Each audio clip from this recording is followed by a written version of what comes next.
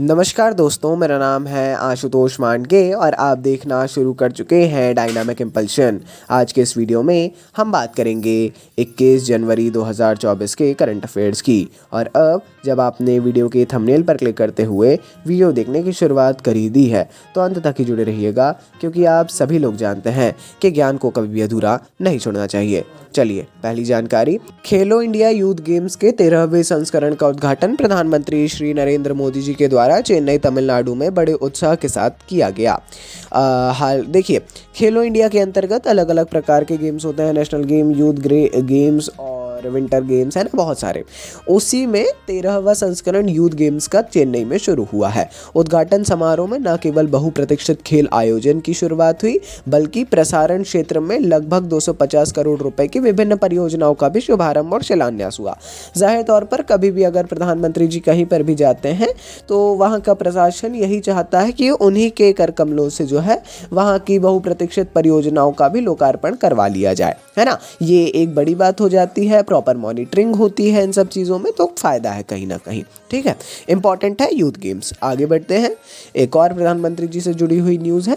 प्रधानमंत्री श्री नरेंद्र मोदी जी ने महाराष्ट्र के सोलापुर में 8 अमृत परियोजनाओं की आधारशिला रखकर PMAY प्रधानमंत्री आवास योजना शहरी के तहत 90,000 से अधिक पूर्ण घरों को समर्पित करके एक ऐतिहासिक दिन मनाया है। ठीक है, इस कार्यक्रम में 10,000 लाभार्थियों को PM स्वनिधि लाभों का वितरण भी देखा गया, जो समावेशी विकास के लिए सरकार की प्रतिबद्धता को दर्शाता है ना। कितना हो गया यहाँ? अमृत परियोजना की आधारशिला रखी है, आवास योजना के 90,000 घरों को पूर्ण किया है, साथ ही स्वनिधि योजना के भी लाभार्थियों को देखा गया, है ना। प्रधानमंत्री जी से जुड़ी काफ़ी खबरें हैं। इससे बिल्कुल भी ये नहीं समझना है कि कुछ बायस्ड है या बिल्कुल भी नहीं। आप अगर पुराना रिकॉर्ड देखेंगे तो बिल्कुल ऐसा नहीं है। आगे बढ़ते हैं।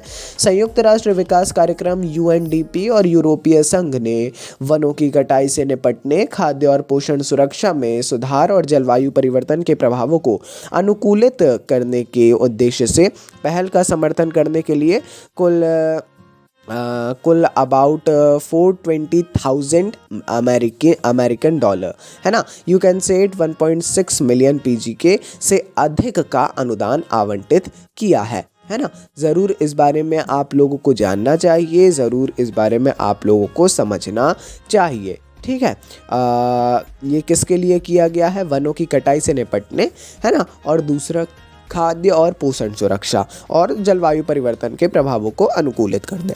आइए आगे बढ़ते हैं। अगली जानकारी। मैनियल पैलेस के एक समारोह में मिस्र में औद्योगिक आधुनिकीकरण केंद्र और संयुक्त राष्ट्र विकास कार्यक्रम के सहयोग से पर्यटन और पुरावशेष मंत्रालय, जिसका प्रतिनिधित्व सर्वोच्च पुरावशेष परिषद ने किया, इन्होंने आधिकारिक तौर पर सौर ऊर्जा स्टेशनों का उद्घाटन किया। मिस्र के 5 प्रसिद्ध विश्व धरोहरों स्थल और संग्रहालयों में इसको जो है जोड़ा गया। ठीक है, ये कंफ्यूजिंग है थोड़ा सा, जितना हमने भी पढ़ा था तो थोड़ा सा कंफ्यूजिंग लगा। हमने शब्दावली बदलकर इसको आसान करने का प्रयास किया है। कि ऑफिशियल आर्टिकल जो हमको मिला था, ध्यान दीजिएगा, ऑफिशियल आर्टिकल जो जारी किया गया था उसमें बहुत कॉम्प्लेक्स लैंग्वेज भी थी। लैंग्वेज तो नहीं, लेकिन हाँ कॉम्प्लेक्स वर्ड्स थे, टर्म्स थी, तो हमने उसको चेंज करके इसको किया है। ठीक है, पढ़ लीजिएगा थोड़ा। आगे बढ़ते हैं। राष्ट्रीय शिक्षा नीति NEP 2020 के अनुरूप एक प्रगतिशील कदम में हिमाचल प्रदेश राज्य ने अपना विद्यालय कार्यक्रम के अंतर्गत महत्वाकांक्षी माय स्कूल माय प्राइड अभियान का अनावरण किया। पूरे देश में धीरे धीरे राष्ट्रीय शिक्षा नीति लागू हो रही है। एकदम से करना मेरे ख्याल से संभव नहीं है, जो राज्य सरकारें भी कह रही हैं, बिल्कुल एकदम से नहीं हो सकता है। धीरे धीरे अन्य प्रयास किए जा रहे हैं। उसी तारतम्य में हिमाचल प्रदेश में जो है माय स्कूल माय प्राइड अभियान की शुरुआत की गई है।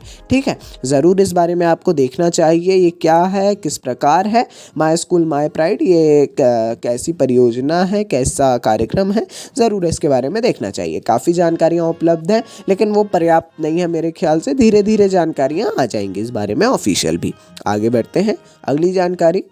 उधमपुर के खूबसूरत शहर में आज एक शानदार नज़ारा देखने को मिला, जब जगन्नाथ मंदिर का पवित्र परिसर बहुप्रतीक्षित गोले मेले के जीवंत उत्सव से जीवंत हो उठा। उधमपुर में जो है एक गोले मेले का आयोजन किया जाता है। गोले मेला क्या है? ये एक उत्सव है ना। हर क्षेत्र का एक पारंपरिक एक सांस्कृतिक कार्यक्रम होता है जो एक रेगुलर टाइम इंटरवल पे होता है ना। आपके शहर का भी होगा, लेकिन हाँ कुछ कुछ जो हैं काफ़ी यूनिक होते हैं, काफ़ी पारंपरिक होते हैं, पौराणिक होते हैं, उनको थोड़े बड़े स्तर पर मनाया जाता है। ठीक है, ये थी आज के इस वीडियो की अंतिम जानकारी। कोई भी कन्फ्यूज़न हो आपको किसी भी टॉपिक से रिलेटेड, आप लोग कमेंट सेक्शन में पूछ सकते हैं। अपन मिलते हैं ऐसी ही ढेर सारी जानकारी के साथ अगले वीडियो में। नमस्कार, डायनामिक इम्पल्शन।